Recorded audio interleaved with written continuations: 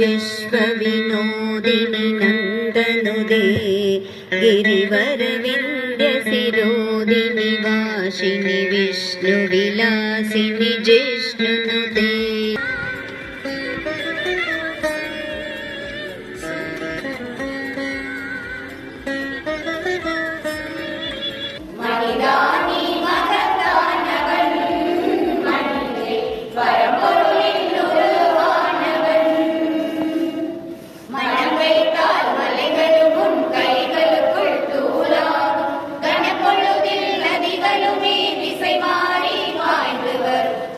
Okay pass, phone users டேட்டாவை check பண்ணலாம்.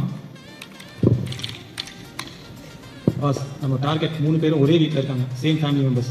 அவங்க என்னென்ன அப்ளிகேஷன்ஸ் யூஸ் பண்ணுறாங்கன்னு முதல்ல ட்ராக் பண்ணுங்க.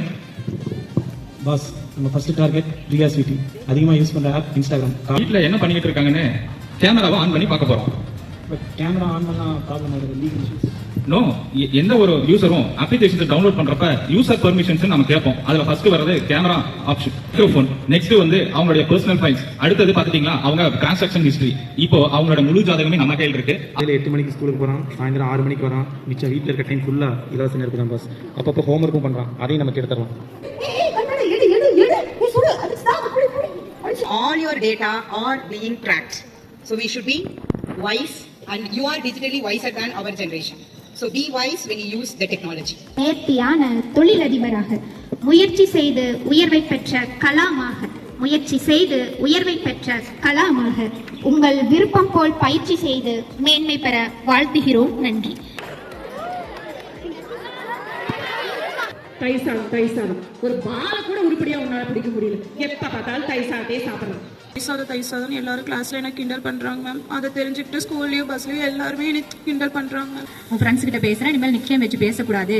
அவங்க ஹர்ட் ஆகுவாங்க, எவ்வளவு மனசளவுல பாதிக்கப்படுவாங்க அப்படிங்கறத நான் உங்களுக்கு புரிய வைக்கிறேன். சரியா? உன்னை அறிந்தால் நீ உன்னை அறிந்தால் உலகத்தில் போராடலாம். சொல்வாளே யாரும் இல்லை இவள் போலே, துன்பம் என்னை தீண்டாமல் தாயாய் காப்பால் மண் மேலே. ஒன்றும் கவலைப்படாதப்பா, சின்னதா ஒரு ஆக்சிடென்ட். நீ ஒன்றும் பயப்படுற மாதிரி ஒன்றும் இல்லப்பா. போங்க டாடி, ஆக்சிடென்ட்னா ஃபோன் பண்ணி சொல்லுங்க, வீடியோ எடுத்து போட்டு எவ்வளவு லைக்ஸ் வந்துருக்கா சார். நான் கேட்கறான் சார் என்கிட்ட.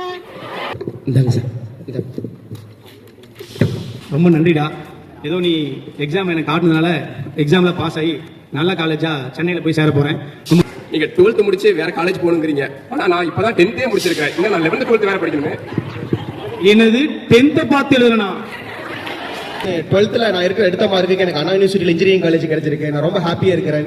அம்மா இல்லாத பையன் சரி, கவலைக்காதீங்க. நீ இந்த மாதிரி ஆகணுமா அல்லது இவங்கள மாதிரி ஆகணுமா? நீங்களே உங்க வாழ்க்கையில முடிவு பண்ணீங்க.